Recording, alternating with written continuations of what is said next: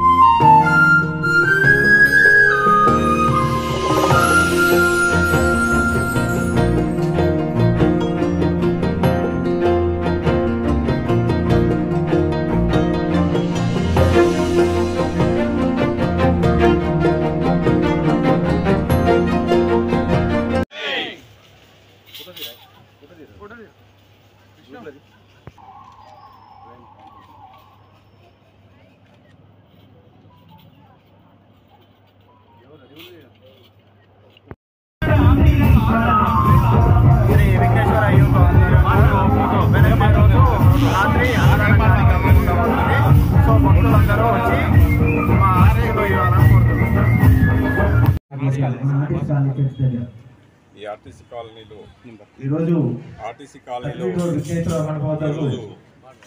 Ganesh